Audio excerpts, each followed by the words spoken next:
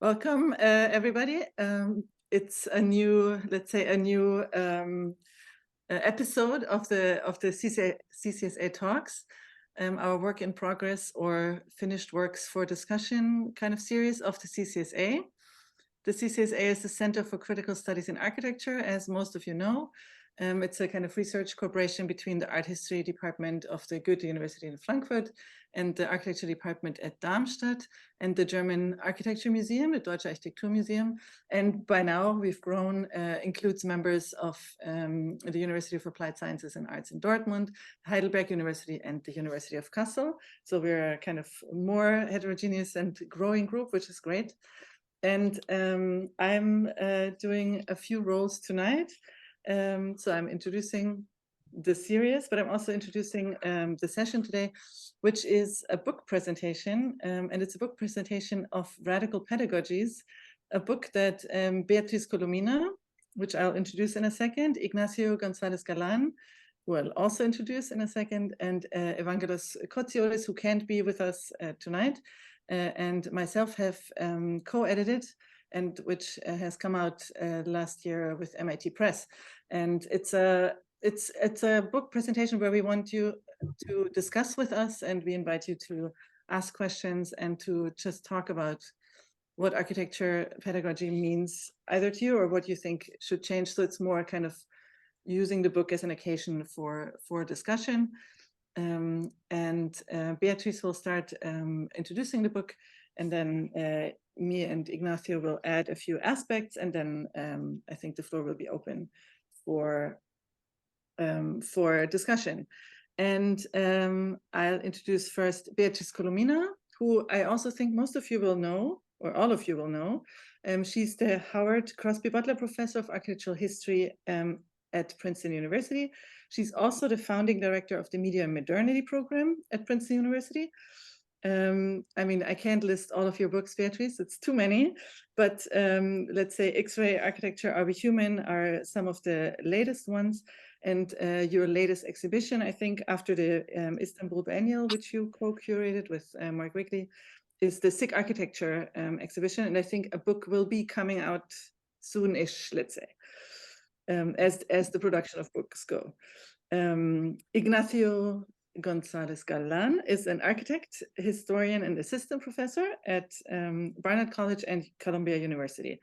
We've known each other for, I think by now, 13 years or something, because we did the PhD program with Beatriz at Princeton together. And he's now at Barnard and Columbia. His work focuses on many things, but let's say always on the relationship between architecture, politics, and media, often with an emphasis or an angle coming from, let's say, nationalism, colonialism, and migration as a kind of critical lens to look at architectural production or dissemination. Evangelos Kotsioris is an assistant curator at the Museum of Modern Art in New York.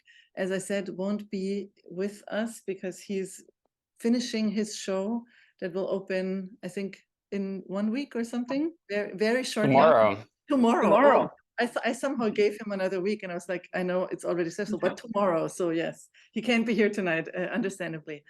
But I'm super happy that we can introduce the book to a few people, let's say, on a virtual home turf. And I'll share the screen, and we'll see how it goes, and I'll try to pass the slides. But otherwise, just direct me and just tell me next or before or something. All right. Okay, fantastic. You hear me well? Yes. Yeah. Okay, fantastic. So it's really fantastic to be part of this CCSA talks with all of you, and to celebrate in a way what for us is a major project, which is this enormous book called Radical Pedagogies. And of course, the important thing here is that perhaps you can pass a few slides, Anna-Maria, so that they see the size of the book. It's not a little book, as you can see, it's kind of a door stopper of a book, which we consider more like a portable, if you want, archive, coming out precisely of 12 years of collaborative research in which many people, including some of you, were involved. And actually, we hope that this is just the beginning of another phase of collaborative work on what we think is an urgent question still today, which is the status of pedagogy in our times, and the need to transform it, to multiply it, to reactivate it, to abandon it, to replace it. I don't know what it is, but in other words, what we think is that we should not take anything for granted about pedagogy today, other than the fact that it needs to change.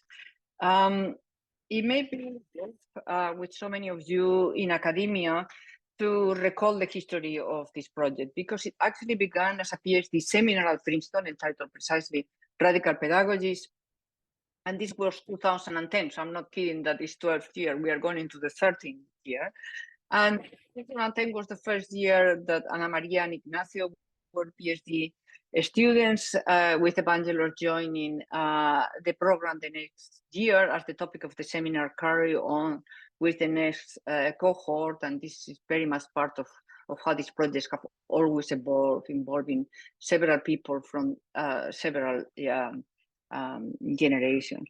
Eventually, we were invited to present the ongoing research and an exhibition in Triennale in 2013. Here you have the images of the 2013, still some kind of very simple exhibition. And then from there, we were invited to bring it to the Venice Biennale. This is the year that Rem Koolhaas was the director of the Venice Biennale.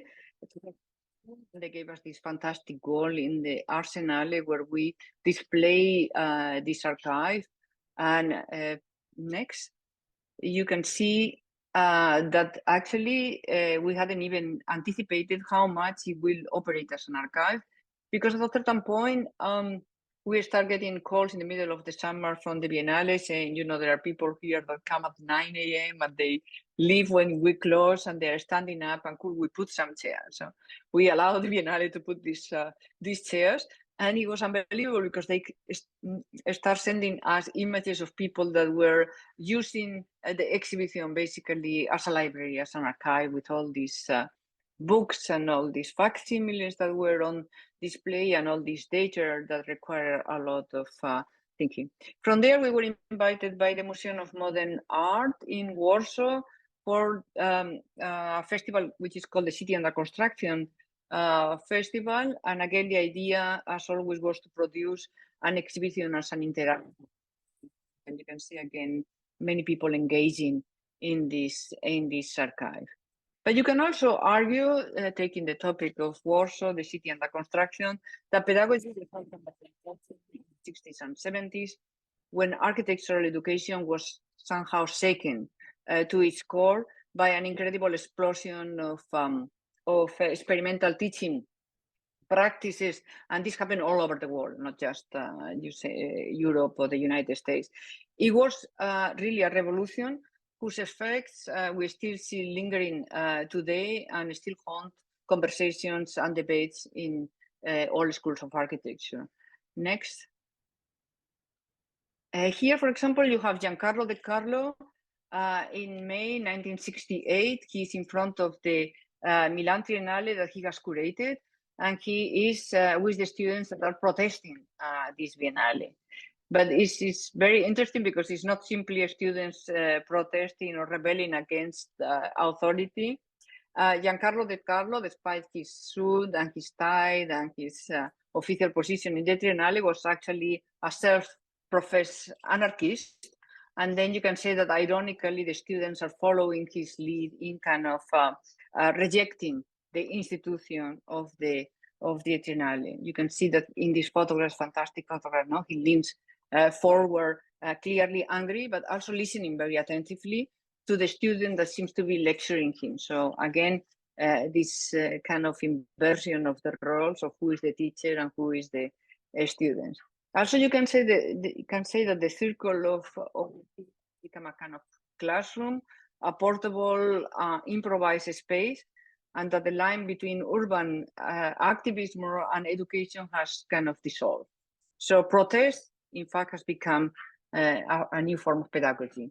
And this kind of scene in many different incarnations was happening all over the world. In fact, I studied in Barcelona in the 70s, where the whole protest that erupted all over the world in 68 continued, because we were living in a dictatorship, and I always felt that I learned more in the streets than in the classroom.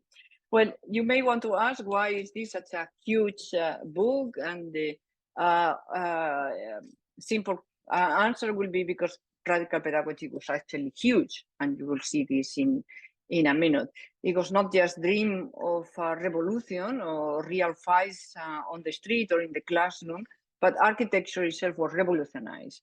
And these many of them, very short-lived experiments drastically transformed the structure to try to absorb them, transforming the discipline of architecture for decades to come. So how do you document an explosion of revolutions? That was one of the questions that our team asked ourselves. And we concluded that it should be with a massive, non-hierarchical, multi-generational, global collaborative. And we started with a relatively small team of about 10 to 12 PhD students. These are the students, for example, that were mounting the exhibition in Venice. But it grew exponentially. Already in Venice, there were many, many contributions from people from all over the world. But it grew to 117 colleagues, many of whom we have never met in person. It was kind of a crowdsourcing, if you want, of intelligence. So the book has 117 contributors. How do you see them here? As I say, many of them we've never seen them. And this is how it happened. We have a website of Radical Pedagogies that is still active, even if it's not updated to the same extent that the book is, and we have plans to do this. But many people wrote to us and suggested cases all over the world that we were not aware of. Africa, Nigeria, South America, Argentina, everywhere, Australia, New Zealand, and we invited them to participate in this project. So that's how we ended up with this enormous list. So the book has, as I say, 117 contributors and 113 case studies, which from multiple tables of content, diverse trajectories and perspectives. Here you have it, for example, thematically. Then we have 93 locations all over the world, which we have organized, and this was very deliberate, by longitude and labeled by geocoding. So instead of going along country lines, we challenge these political boundaries and sometimes actually constrain the experiments or were totally obliterated in their performance. So this was very important to us, and you can see a little bit of the detail of this organization. And then finally we have the dates, and the core of the book is dedicated to the 1960s and 70s. But you can see in the table of contents that there are cases going back even to 1930s. And forward to the 1980s. So we like to think of this as a long version of the 1960s. Anyway, so this was just to give you a very quick feeling. Later we will do, I suppose, a kind of quick flipping of the cases in the book to give you a sense of the kaleidoscopic range of this book. But this was just to give you a quick feeling of the book. And the main point here is that this has been a collaborative and ever-expanding project involving scholars from all over the planet. And hopefully the network continues to expand and think of new cases and new questions. In fact, several people already have proposed other case studies since the book happened. It's also very important that this was not simply a historical research project, but meant to be an act of radical pedagogy in its own right, where the distinctions, for example, between teachers and students are blurred, and where research is a form of activism, raising questions that are relevant to our time. It is precisely the contemporary urgency of the issues that come out of these case studies, issues that were raised in the 1960s, that first mobilized this project.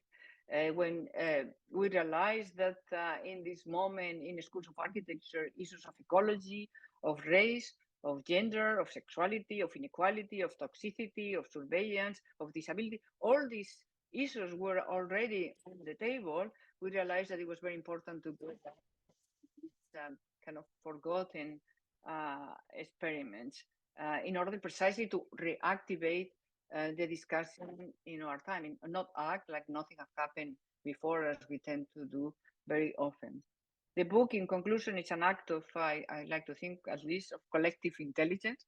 And we thank you very much for inviting us to be part of this discussion. And now I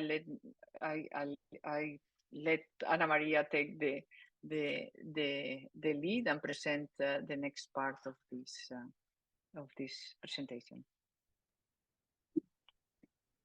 So I'll talk a little bit about institutionality and radicality. So this kind of tension that we encounter in many of the cases, because one might think that radicality and pedagogy as institutionalized education might be at odds with each other rather than complement each other. And sometimes there actually were. So in this case, for example, which is Ignacio's case at the School of Valparaiso in Chile, the institution of the school, so the institution literally was left behind to start a new architecture school at the beach. But it's important to recognize that the struggle or the struggles that we observe in the book and that we collect in the book were never simply binary. So it was never simply a conservative institution on the one hand and a radical experiment on the other. Or in another case, here at the Polyarch bus tour across the UK, a fixed administration versus mobile students, because here the institutions remained, so the schools in the UK remained where they were as institutions, but what was exchanged and became mobilized was the student population by organizing the Polyarch bus tour, which shuttled the students around their institutions. So it's never simply one or the other. And it was also neither just the opposition of new ideas versus old conventions. In our investigations and those of our collaborators, we encounter not only, let's say, the clear protest of one generation against the ones of their parents, which we have here in Germany, Stuttgart, the case by Nina Griebert, where the NS generation still dominated many universities and ran many universities after the war. And the student generation reformed their institutions from the inside to change these power dynamics. But we also have multiple shifting battlefields in which the status of all actors was continuously renegotiated. And sometimes, like in this case, the Institute for Architecture and Urban Studies, it was precisely the institutions that made the radical approach possible at all. In this case, for example, financially. In other cases, spatially, for example, for the protagonists of the group Global Tools, which taught in schools in Florence, where they also had positions and earned their money while constructing an alternative way in alternative places for self-learning. But this kind of tension between institution and radicality was also a struggle against societal institutions. For example, patriarchy, as in this case, where the founders of the Women's School of Planning and Architecture decided they would need their own institution to educate women equally as architects, because they felt that in traditional conventional architecture schools, women did not get the same education or an equal education, so they felt the need for their own institution to get there. And then, of course, we have the institution of racism, the societal institution. And at Yale University, in a case by Jessica Warner, the Black Workshop tackled this problem from the inside out. And they used institutional funding and the infrastructures they had available, or they took from their institution, to address and fight the racism of the school, within the school, but also within their larger community. But of course, there was not just struggle against institutions, not just the attempt to break them down, but hope in institutions and their buildings. And one of those examples is the case study of Tougaloo College by Michael Abramson and James Graham, where a new college building, a huge structure made from concrete, a compound material, was meant to materially demonstrate racial integration through its material form into the school's architecture itself. And at the HFG Ulm, the case study that I've worked on, the belief in and the need for an institution for them, for the actors, was not a hindrance, but rather the driving force for radical change. Processes here were meant to ensure what they called good design, to foster a new democratic nation, and to guarantee their outcome, they were institutionalized and bureaucratized precisely in an attempt to make that a certain given, to anchor that shift firmly in post-war German society. And in both cases, as in many other cases in the book, things did not quite play out the way that the founders or protagonists had envisioned or had hoped.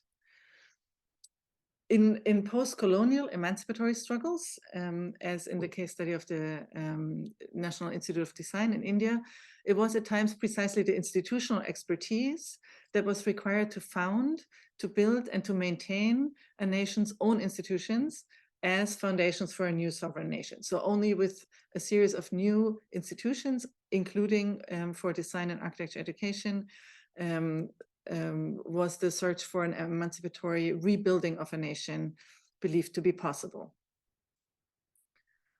So when we look at the collection and at the cases that are not yet part of the collection, but also the ones that are in the book, Radical Pedagogies, the way we defined it, sought to break free from conventional definitions of institutions, not necessarily from institutionality as such. So rather than pitting extreme perspectives against conventional structures, what we found was a whole spectrum of attempted critiques, from resistance to reinforcement, but also from undercover activism to outright political protest. So in a way, it was the idea of architecture education to be a political tool, and politics understood more broadly, to rethink and rework society at large. Hello, everybody. So I'm going to continue this presentation. I'm extremely glad to be discussing the project here, and I'm going to focus on the way in which these pedagogies engage with shifting knowledges and new media. So the radical destabilization of architecture and its teaching that Beatriz and Anna-Maria have introduced was situated amidst a plethora of social, technological, and cultural destabilizations. Architecture found itself at the time as a complicit tool of capitalism and colonialism, and deeply implicated in prevailing hierarchies and exclusions concerning race, gender, class, and disability, among others. The illusion of programs that was associated with modernization and the role of architecture as an agent of change that was taken for granted in the modernist ethos were both questioned in this period. Consequently, architecture was submitted to different critiques around the world and challenged through alternative formations. As a matter of fact, any sense of architecture as a unified field of knowledge was challenged by an array of alternatives to conventional thinking and making. Some forms of radical practice at the time responded to architecture's complicity with power and the market by artificially delimiting disciplinary boundaries, often within an understanding of architecture as a discrete formal language. But most experiments, like the one you have in the screen that Beatriz has studied, expanded architecture's engagement with larger cultural and environmental milieus. This is the Learning from Levitan studio that Denise Scott-Brown and Robert Venturi led in Yale. And they mobilize different knowledges across disciplines with this goal.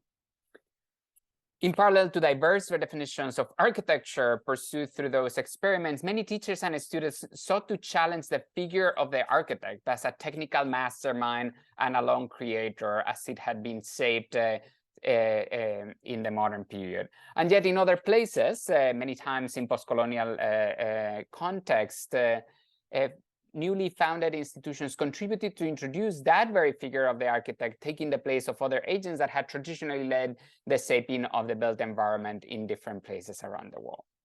So our interest in looking at pedagogy is to consider the way in which these shifts manifested in the definition of curricular structures, studio briefs, exercise handouts, and reading bibliographies, among many others, teaching documents. Even more, what we see in this period is that it is these very documents that many times led in the reconceptualization of architecture rather than merely illustrating it or reflecting it. Travel maps, field research questionnaires, self-governance constitutions, and many other documents provided a significant medium for new theories of education and programs for practice. These documents additionally operated as contracts between students and faculty, and actually provided a blueprint for the ethical imperatives that drove the impulse for change that characterized these experiments. Sometimes only elusively implied, but many times explicitly stated in syllabi and other documents, and polemically argued in them as kind of instigators of those conversations. All these documents coexisted with new media that probed the limits of the discipline and threatened the prevailing gatekeeping of knowledge. Mass experiments in remote education questioned the audience of professors, while early computing networks altered the role of the architect and the agency of architecture. And while new media was definitely transformative at the time, inherited techniques became instruments for criticism, platforms for experimentation, and conduits for new contents that you have here, the kind of double slide projection and the way it was kind of transformed at the time. Even the slides itself with their new content were vehicles for change.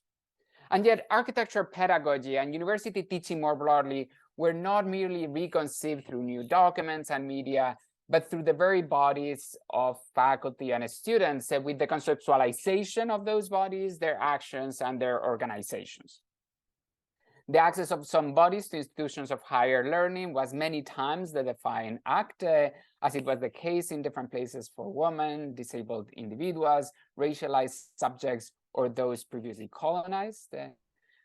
But other times it was the gathering of those very bodies outside institutional frameworks that was a form of innovation, as the rows of students that typically occupy lecture halls or the array of tables in a studio gave way to the playful arrangement of bodies performing in the beats, hammering structures together, traveling around the countryside, climbing up mountains, and coming together to establish more inclusive learning institutions. Non-conforming bodies finally united to question the structures of the past and fighting to start anew. You have in the next slide an image of that call for everybody having access to education that led the kind of collaboration between the Center for Independent Living in Berkeley and a number of faculty at the university around that time. So it is this simultaneous destabilization of architecture, knowledge production and dissemination, university teaching, and the challenge of the status quo that the book gathers, and that we want to discuss with the book and maybe kind of even today. So thank you very much. And I think we are now moving to a kind of more conversational setting. Thank you so much. I'm gonna stop sharing the screen so we can see each other. I think it makes sense. I'm sure there are questions. Otherwise, we can. I mean, we can discuss either let's say the making of the book, but as Nacho said, what we are really interested in also, because we don't want to present a finished project or a finished product, is really discussing how we move forward. I mean, we have many challenges facing us, but also how we can connect things we've learned through the book, let's say, or through these cases with what might be necessary or urgent now.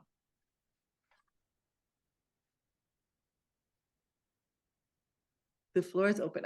Lisa is already. I was just going to say before, if there's students and they see the images of the beach and the mountains and the travels, then we know what we'll do for our next seminar. Yeah, Lisa, and then Frederike, I think. I wish we had a beach in Darmstadt. Yeah, thank you so much for this presentation. It was fascinating. I mean, I held the book in my hand, but and it's very impressive, like the sheer weight of it. But I haven't like read it all yet, so thanks for the insight. I thought I will start with a very like technical, easy production question, because I was wondering about the cover of the book, because I really like the image, and I was wondering if you could expand a little like about the choice and what the image is. Who wants to go for it? I mean, I can start. I mean, we had it was I can say that much. It was very hard because we have, as you know, like it's a big book with over 100 case studies, and not all of them have visual material due to archival restrictions and political questions, but many have amazing material. So it was really difficult to find something that would maybe not represent the book, but show something about the book that we found was important. So we had a selection. The graphic designer helped us because she also selected visually. So it was helpful to have a kind of not just a content-driven search, but also a visual search. But yeah, I think it's important that we say what it is, because maybe some people don't even know what the cover is, and it's the IFA University in West Nigeria. And it came from a case written by Sui Efrat, which you may know. And there were many reasons why we were kind of drawn to this idea of having this image on the book, in the cover. I will tell you one thing that was very attractive to me. It was the idea of the building itself as an instrument of radical pedagogy in a moment, of course, of decolonization, and the colonization in a double sense, in the sense of the independence in 1960, but also the building itself as a critique of the British kind of mode of so-called tropical architecture, right? It's also interesting to us that the building is still very lively today, so it's still there. This question of the building itself as an instrument of radical pedagogy is, I think, one of the things that runs through the radical pedagogies. There are multiple cases, and you can talk about it, including the one of Anna-Maria on Ulm. You can argue the building itself as an instrument of, but this building in particular had all these other questions that made it really raise to the top of our choices, right? So I'm happy with this choice. And we might say the cover. Oh, sorry, Ignacio. We have more images around the book, let's say. So it's not but it's the cover, so it has a different role. Yes, I mean the design is very nice in that sense. You know that when you open inside, you know there's the halberd things, and you know, and again it's super interesting that you have all these different case studies and well, of course the book has a lot of illustrations, but we just didn't want to have one image. So yeah, I was gonna add that that kind of multi-perspectival aspect is very important in the kind of multiple images, but also the contradictions inherent to each of the cases. These case, as Zvi himself and Ayala Levin have analyzed, is a very polemical building because the architect was kind of an Israeli architect that had also been involved in some of settlements projects, so like carrying the kind of modernist tradition, but with very complex politics. And I think those contradictions and kind of even engagements with kind of conservative, even violent, let's say, political projects are inherent in many cases. Like, I don't think the ambition is to celebrate any one case in and of itself.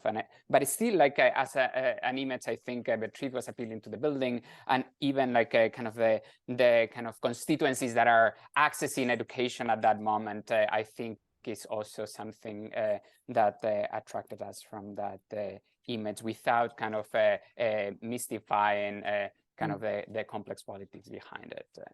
Yeah, and I think what you just said is super important for the book at large, is that this is not a celebration, not of just one case, but also not of one understanding. And I think that's what we tried to show, not of one understanding of radicality or pedagogy, but to show the kind of spectrum without, say, uncritically enforcing one or the other. Frederike. Yes, also from my side, thank you very much. I have two questions, and I will jump from the production to the content. But I will start with the first question and maybe ask a second one later. I was wondering about the impact of the oil crisis and the ecological crisis in the 1970s, and how much this affected pedagogy. And I was thinking, as we know today with climate change, what would you think, can we learn something from the past experiences for today's pedagogy? And do you see some radical pedagogies around topics of climate change today? So ecology question.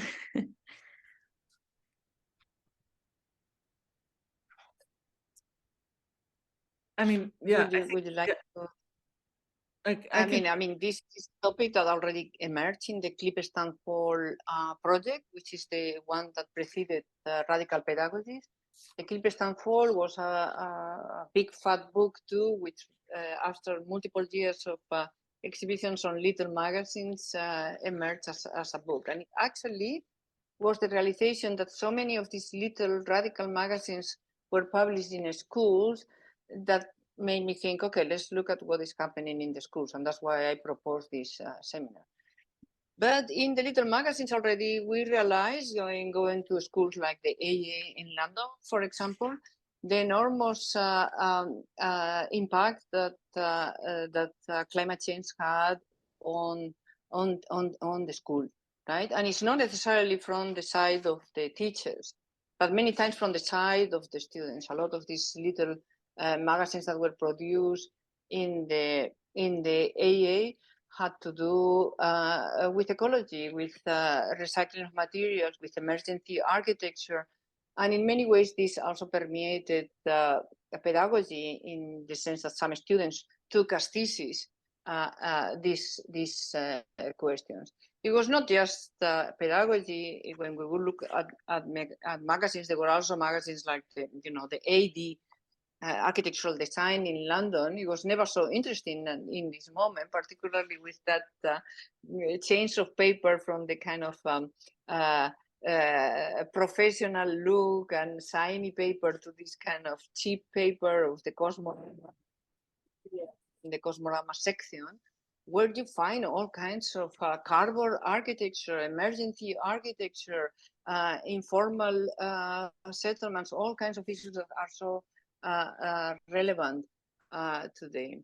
In the book, we had people like Lydia Kalipoliti that have done, even for her dissertation work, in some of those students at the AA, that not only work on these issues, but actually as a thesis built an entire house that recycle their own waste of its inhabitants, including their seat, so that's why he's so interested in seat. And, these questions are amazing. How did they manage to get this, to get permission to act this house, all these crazy experiments that took place? I mean, this is really a very interesting moment in pedagogy, right? But and I think one thing that we can, to pivot from what Beatriz said to what can we learn maybe from it. I think one thing to learn from it that we can observe in the case studies, but that's important now, is on the one hand, I think to resist the logic of the problem. So let's say to not not respond with what's causing the problem. So not necessarily respond with technological answers to technological issues, or with, let's say, economic answers to economic issues. Because many of the case studies really, I mean, some literally like Ignacio's case study, but others logically really extract themselves from their context or from the logic they are forced to operate in. So I think that's one important thing. And the other thing I think is to, which might seem self-evident, but in practice in institutions it's not, to treat the ecological crisis as an intersectional crisis or as a multi-dimensional crisis. So to also not just to try to answer with architecture the kind of ecological problem, but also acknowledge that there's many other problems. So let's say, okay, you can have no building studios, and you can have a kind of a memorandum on construction and all of these kind of things, but they need to be related to social questions, to questions of equality, but also the question of power dynamics and power structures that we have very much in our discipline. So I think it's the understanding that it's not just one crisis, but many crises, and they require many ways to think about them, and to not try to answer within the logic of the problem. But it was somehow, oh, sorry. Yeah, sorry. Yes, keep but was it somehow a wave? Because like when you look at the 70s and the 80s and the magazines and what you told about the institutions and the pedagogy, then when you move to the 90s and to the what we in Germany call the 0 years, somehow this got lost, right? I mean, somehow it shifted to the background, and I mean, it did, I think, but between, again, like that's our calls, let's say, whenever we try to establish, because that was a part of the editing process, whenever we were tempted or tried to establish, let's say, shared strands. Of course, this doesn't apply to everywhere. So let's say, yes, in Europe and maybe the US, there was a wave, and then there was a kind of, with the economic boom in the 80s, something else happened. But of course, in other places, the 80s and 90s were highly political and or highly driven by, let's say, ecological threat or shift. So I think it depends where we're talking about. yeah, that's true. Yeah. But in general, you can say in the Western world, there was clearly the energy crisis of the 70s, and as well the crisis passed. It's like we all develop collective amnesia. We forget about all the interest projects that were developed in schools, that were developed by fantastic teachers, like the garbage housing, which is one of the cases that is in the book of Martin Pauly, initiated at Cornell, which are extremely relevant still today. And this is very important to remind people that as a discipline, we work that way. There are these moments of immense creativity towards a problem, and then we kind of forget about it and went into postmodernism and other preoccupations and so on. And we woke up the other day thinking, oh my God, this was a problem, but we wasted all this time, right? And this is in very important, I think, for the book to act like a form of memory. You know, first of all, because there are many people today talking as if we never thought about this before.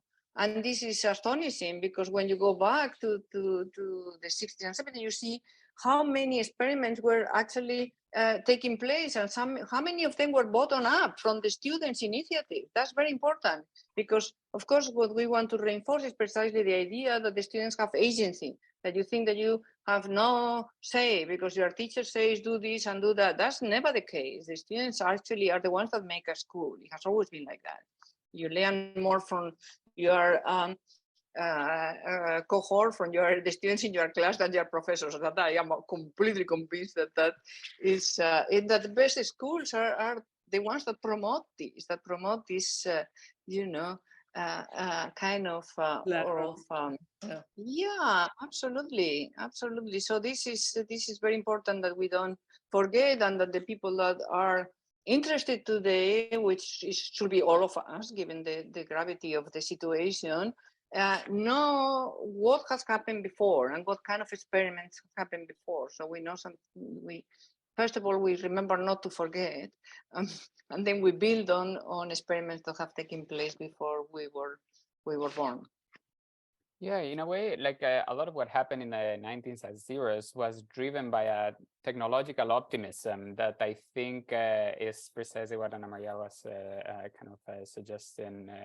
Many of the cases in the 60s and 70s challenged, like they were much more sophisticated. But what I find more energizing in the current moment is the sophistication of the way in which these questions are currently analyzed at a kind of geographical, multiscalar way, like looking at the way in which small decisions here are connected with the processes of resource extraction that are linked to geopolitical, economic questions. And I think that the sophistication of those analyses is increasingly growing, and the other with questions of social justice. So I think that the push for environmental justice, in which these kind of geographical networks and their connection with the structural questions or structural forms of discrimination like race and class is even gender, like is much more sophisticated nowadays. So I think that those that are building on those kind of forms of radicalism that are many times finding in their energy in the 60s and 70s have become super sophisticated in a way that I find energizing today. Hopeful, let's say, yeah. If there's something. Oliver, I think so. Yeah, thank you also from my side. I wonder if you found any patterns or made any observations about the question how and why those experiments did come to an end. I mean, I think every experiment is a kind of phenomenon in itself, but also, I mean, I'm just curious about to see if there are any kind of generalizing patterns you can observe. How we lost all this kind of experimental energy. I mean, it couldn't be just postmodernism or neoliberalism coming along the way. I mean, it must be more. I mean, I guess there are many examples as well where movements just imploded in a way or struggled off their internal difficulties and so. And I'm super curious about that. I mean, I think one thing I would say right away is to challenge the question of lost. I mean, certain things, of course, we lost, but certain things also became part of a larger institution or became part of the curriculum in a way that we didn't lose it, but it became absorbed. And that was the end of, let's say, the experiment, but not to its detriment, but precisely because it got what it wanted, let's say. It became what it wanted to be. It became pedagogy. So I think it also the notion of let's say the end or the loss or the destruction or the depends very much on the case. Some were actively, let's say, stopped or ended or sabotaged, but in some cases they were successful by ending, let's say, or despite ending. So it depends. So some were more effective after they had ended because then there was a kind of myth building, but others ended because they became part of the institution they tried to change. But that's just as a kind of pre-note. This is kind of one of the exciting things of the work of a historian is going through the archives and finding how these things happen. And like many times it was like the institutions and says universities understanding that their pursuit for truth was countered by this kind of drive through towards social justice, that those were kind of opposed to each other and that they needed to stop these initiatives. And you find kind of paperwork where those kind of things are discussed in faculty meetings, like actively, or people saying again in faculty meetings that community design is not design. So these things did happen. And other times you find that it was the kind of the lack of funding that or the kind of closure of funding lines that had made possible certain initiatives that with the kind of increasing push towards austerity, the cutting of funding for universities in many cases, didn't allow for these experiments to continue. So I completely agree with what Anna-Maria is saying. Many of these experiments end in their experimental nature because they were kind of accepted in the mainstream, and like there's immense kind of gain from that. But in many other times, we do see how they were kind of actively stopped or banned. Yeah. And some of them that that were absorbed was to the benefit of the institution for a while, but then the institution became complacent with the idea that this was radical pedagogy and it's no longer radical. So you can start, for example, thinking about places like Cooper Union or the AA. You can say the unit system was kind of radical in its moment, but it's kind of ridiculous to argue that it is at this point a radical form of pedagogy. Precisely reinforces everything we are against right now, the idea of the kind of single figure, the kind of cult idea. I mean, it's very, very problematic. Likewise, with Cooper Union, many of the problems that were established in these early years of Hayduk and Slatsky and so, they became problems that they continue to give the students as if nothing have happened, as if the world has not moved, as if there are not other issues, but with the conviction on the part of those schools that they are still radical. And, you know, or that we're still radical. A lot of great things have happened at Cooper Union since then and at the AA as well. But this is the kind of thing that there is also complacency in these moments of absorption of this kind of appropriating this moment of contestation, and then it becomes not contestation anymore. It's not radical anymore. It has been. It's a little bit like the argument of Tafuri about the avant-garde. The moment the issues that the avant-garde raises are accepted and absorbed, is not radical anymore. It's not avant-garde anymore. It has been institutionalized. Right? You can make the same argument in pedagogy. But the barrier, normally, some of these experiments are still going on, as I say, 50 years later, and some lasted 1 year or 2 years, right? And it's all kinds of different situations. Yeah, and I think what you said is super important, that some kept on existing, maybe even under the same name, but stopped being radical pedagogy. So even if they, let's say, nominally survived or made it, doesn't mean such. Yeah.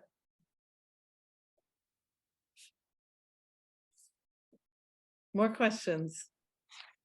Frederike had another one, I think, before, but I don't know if that's still the case. Yes. I have a quick comment just to what you just said, because I think, or to Oliver's question, because I think that the kind of the dissolution or the deconstruction of institutions that was started with all of this protest and all of these radical ideas also means that I think these very radical ideas also need these very strong institutions to have something to work against. And so I think this kind of de-integration of very strong, very powerful institutions and very clear like power dynamics also leads to less of a visibility for like strong counter movements. So it's more like the radicality happens in a smaller scale, I think. So it becomes less visible, but I think it's still there. So even in the 80s and 90s and the 0 years, it's still there, just not as broad. Sorry, my English is not very good today.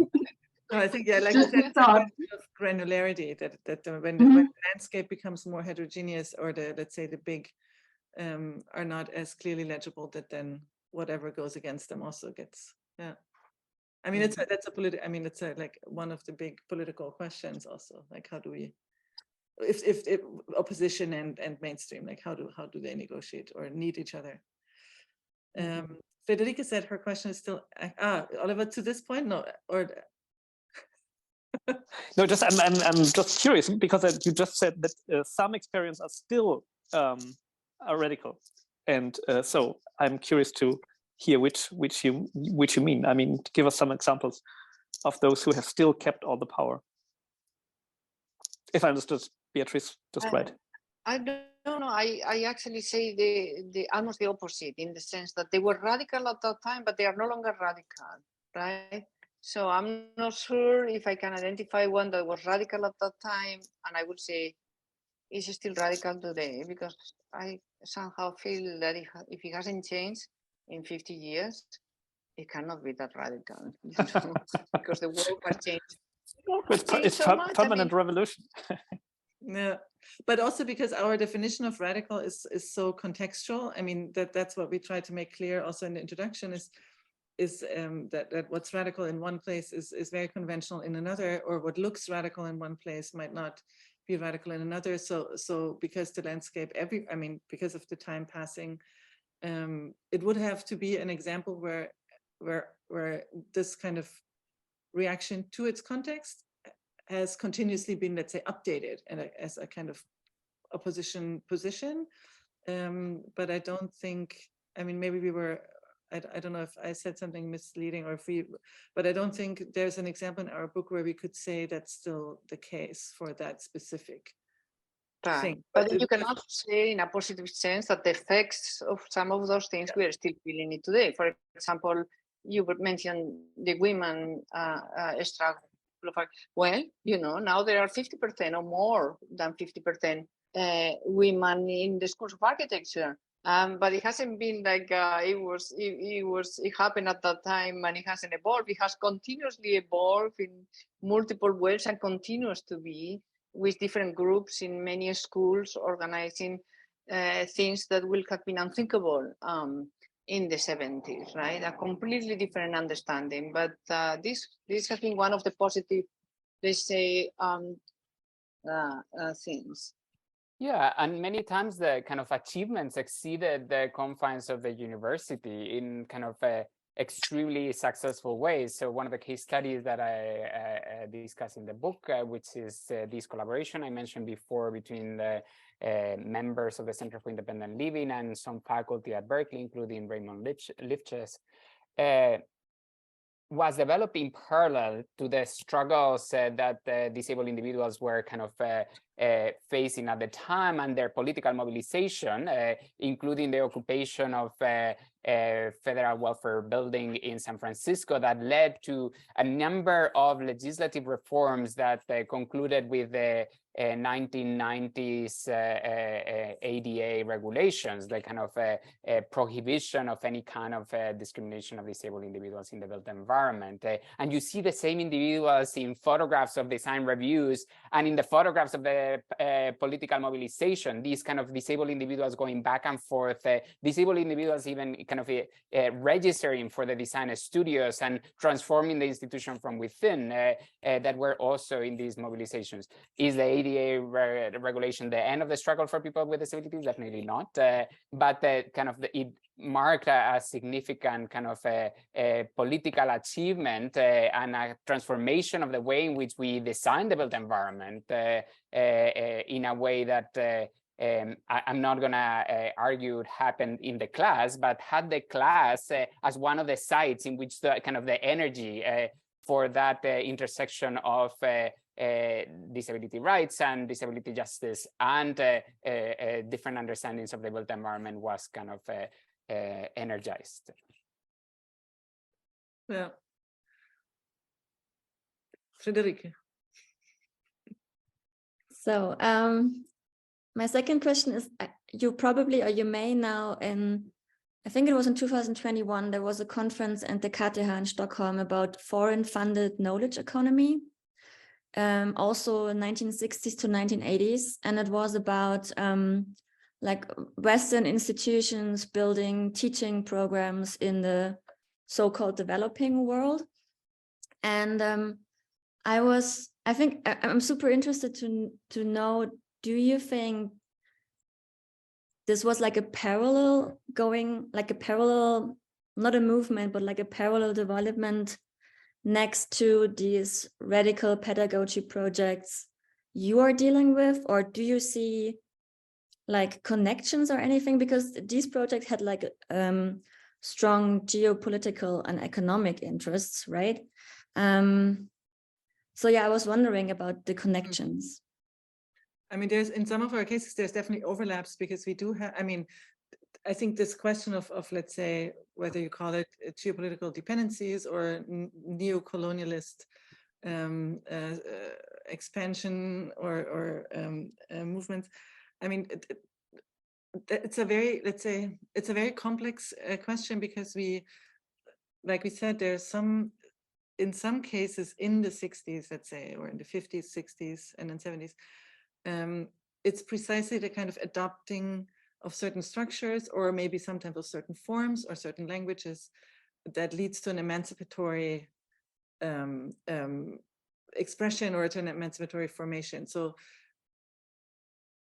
it's not always recognized. It's not always, let's say, you can't always tell at first glance which is which or what looks like what, because of course there's, let's say, a kind of colonialist nature of certain modernist expansion of, let's say, teaching, not expansion, but also export of a teaching model, of an aesthetic, of a kind of worldview that is part of a problematic, let's say,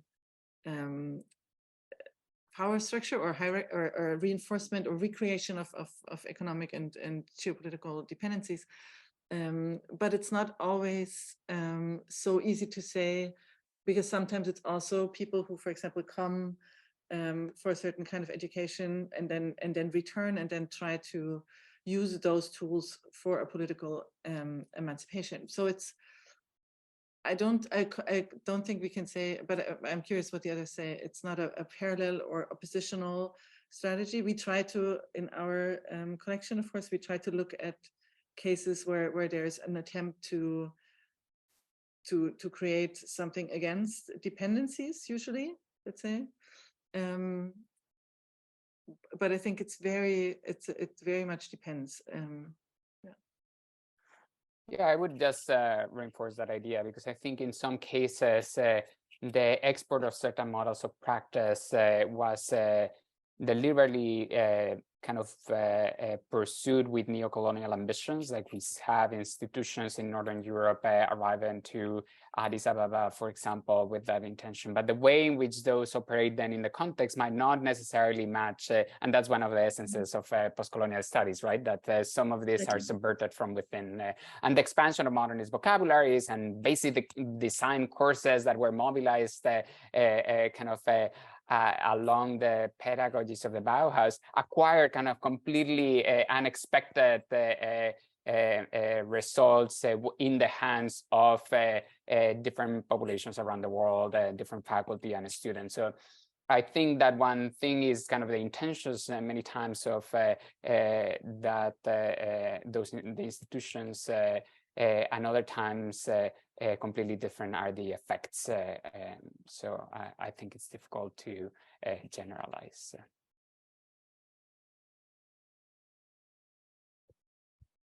Always depends. Never generalize. Yeah, exactly. Yeah, I'm sorry that no. I'm just saying because I said yeah, but it's a super interesting question, because of course today we have similar, moves by universities trying to instigate programs and it's always it's very difficult. I mean I would say it's very difficult today to do it in a way that's if it emerges from let's say Western or European institution, it's very difficult to do it in a way that doesn't carry that baggage or that doesn't carry that with it. But there are ways to make it work. But none of the examples were foreign funded, right? None of the examples. Oh, many of them were foreign funded. Oh, there are? Yeah. Okay. So to have a reverse example, I mean, the National Institute of Design also got some foreign funding, but also the HFG in Ulm, for example, was funded by the US. I mean, different kind of, but also an attempt of political. So yeah, there are many. And sometimes, of course, then you can subvert that funding. I mean, you can take the funding and let the political program fund your. I mean, there's, again, like it depends. There's ways to then still make it something else, but. Sorry, there's massive noise. You don't hear anything. I'm just going to keep muted, but I agree with what But it's a magic microphone. But we hear none of the noise. I don't know what they are doing upstairs. They have decided hear you, but I hear you well, but I okay. Great. Lisa. Yes, thank you. One more. I was wondering if you could talk a little more about the role of the architecture that these radical pedagogies actually took place in, because as Anna-Maria at least knows, I study university architecture from the 60s and 70s in Germany.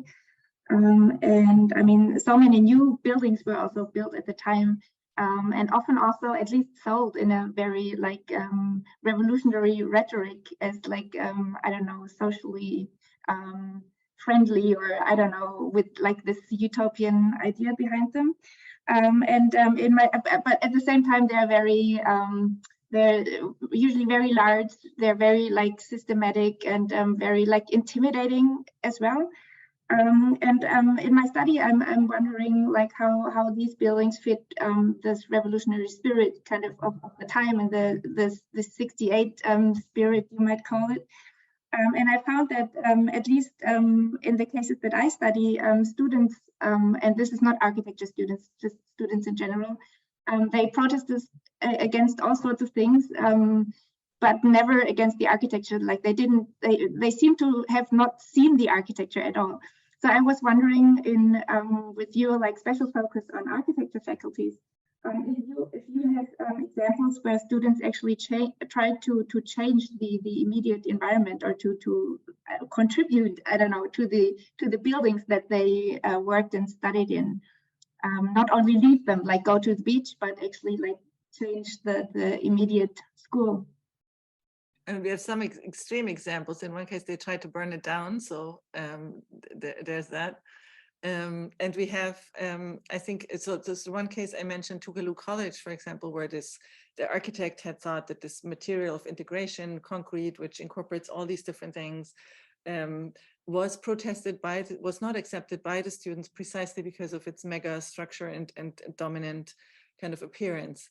So I think there's many examples where the building was actually taken as site to form opposing views or express opposing views.